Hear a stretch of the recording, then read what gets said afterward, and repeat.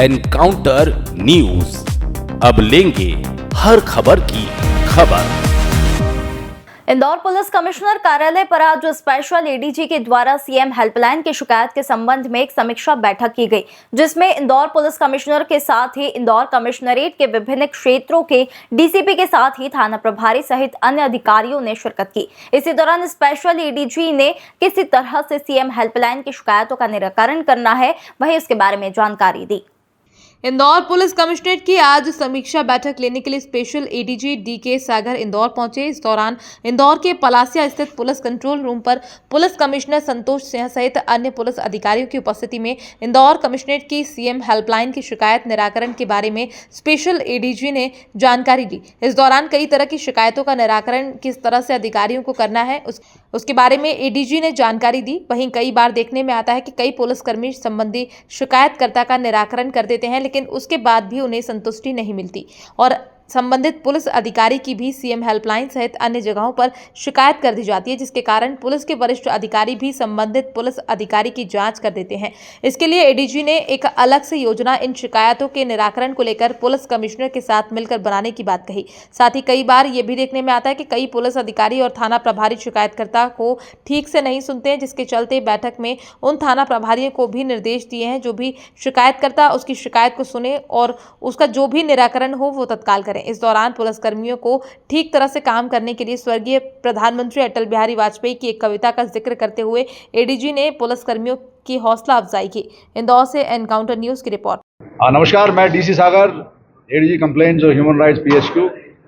आज इंदौर कमिश्नरेट में CM helpline की शिकायतों के संबंध में एक बैठक रखी गई थी और इस बैठक का प्रमुख उद्देश्य ये था कि जो पुलिस मुख्यालय स्तर पर जो शिकायतें आती हैं उन शिकायतों की समीक्षा की गई और ये माननीय मुख्यमंत्री स्तर पर भी शिकायत की समीक्षा की गई। तो निकल कर ये आया कि हमारे जो पुलिस के अधिकारी कर्मचारी हैं बहुत ही कर्मठ हैं, बहुत अच्छी ड्यूटी करते हैं और ये जो शिकायतें हैं जो सीएम हेल्पलाइन पर पोस्टेड हैं, इन शिकायतों को भी उसी ऊर्जा, उसी उत्साह के साथ में वो निष्पादित करेंगे।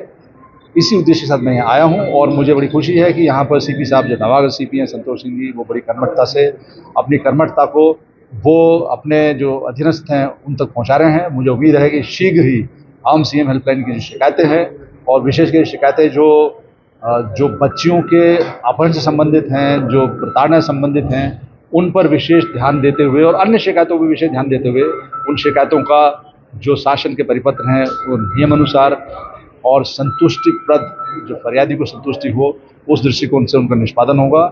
और माननीय डीजी साहब ने ये एक मुझे दायित्व सौंपा है जिसके निर्वहन के लिए मैं आया हूँ और इंदौर जोन, रूरल और कमिश्नरेट इन दोनों को मेरी ओर से जो मुझे कहना था कि वो अपने अपने जो स्किल्स हैं उनके प्रोफेशनल उनका इस्तेमाल करेंगे तो जनता जो है संतुष्टिपूर्ण ढंग से अपनी अपनी शिकायतों को निराकृत महसूस करेगी। सर, कई बार करने के बाद भी संबंधित पुलिस अधिकारी की शिकायत कर दी जाती है, मॉरल डाउन हो जाता है उसका, तो विभाग भी बिना सुने उनको कार्रवाई कर देता है। इसको लेकर किसी तरह का कोई रास्ता या इस तरह से कोई योजना बनेगी पुलिस में? देखिए, कोई भी पुलिस अधिकारी यदि अपना काम नियमानुसार समय सीमा के अंतर्गत करता है तो कोई वजह नहीं है कि उनको किसी प्रकार की सजा मिले। कहीं ना कहीं किसी प्रकार की त्रुटि या अनदेखी कानून के प्रति होती है, अपनी ड्यूटी के प्रति होती है, तभी ये सवाल उठते हैं।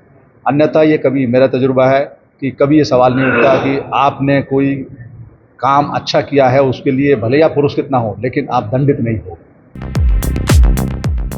एनकाउंटर न्यूज, अब लेंगे हर खबर की खबर।